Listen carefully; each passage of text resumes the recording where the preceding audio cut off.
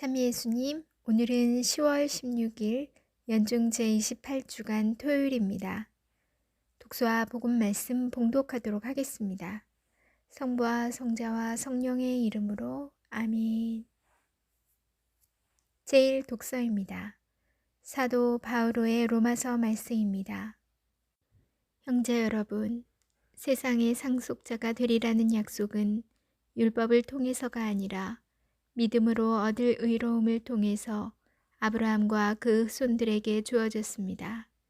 그러한 까닭에 약속은 믿음에 따라 이루어지고 은총으로 주어집니다. 이는 약속이 모든 후손에게 곧 율법에 따라 사는 이들뿐만 아니라 아브라함이 보여준 믿음에 따라 사는 이들에게도 보장되게 하려는 것입니다. 아브라함은 우리 모두의 조상입니다.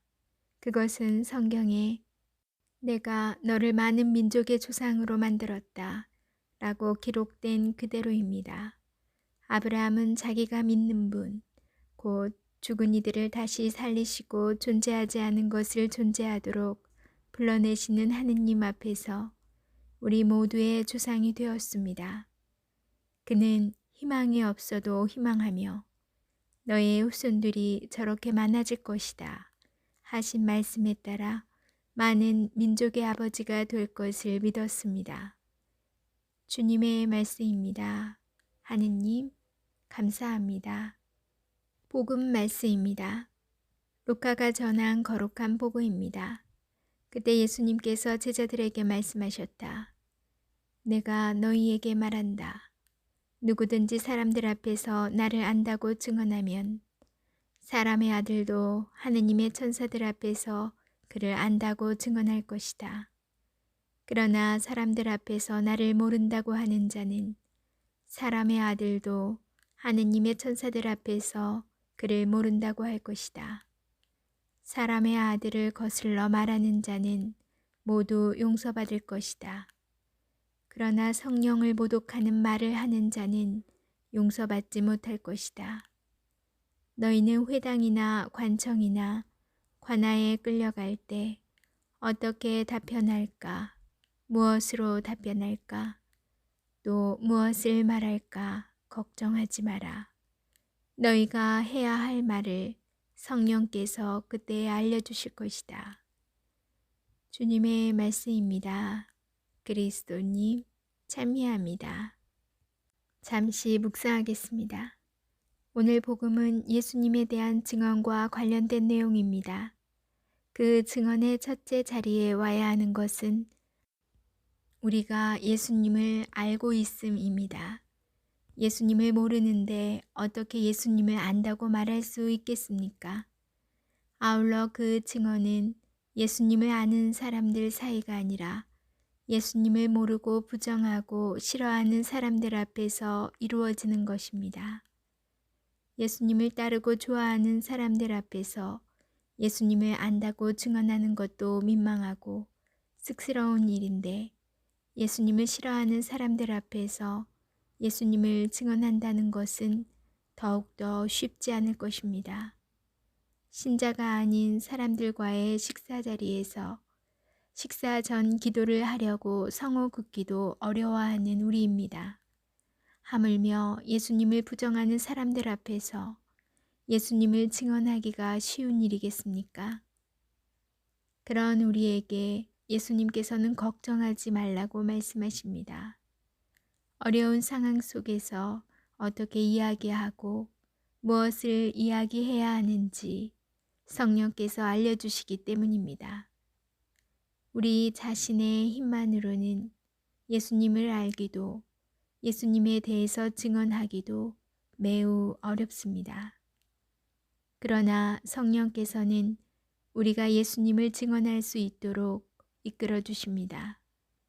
예수님께서는 성령을 모독하는 말을 하는 자는 용서받지 못할 것이다 라고 말씀하십니다. 예수님을 주님이시라고 믿고 고백하는 사람들 가운데 성령을 모독할 수 있는 사람이 있을까요? 아마도 없을 것입니다. 성령을 모독하는 것, 그것은 성령께서 이끄시도록 자리를 내어드리지 않는 삶의 자세입니다.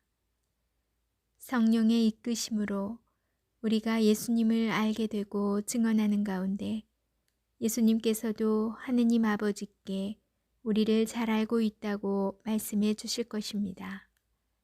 그렇게 성령께서는 우리를 성부와 성자와 일치시켜 주십니다.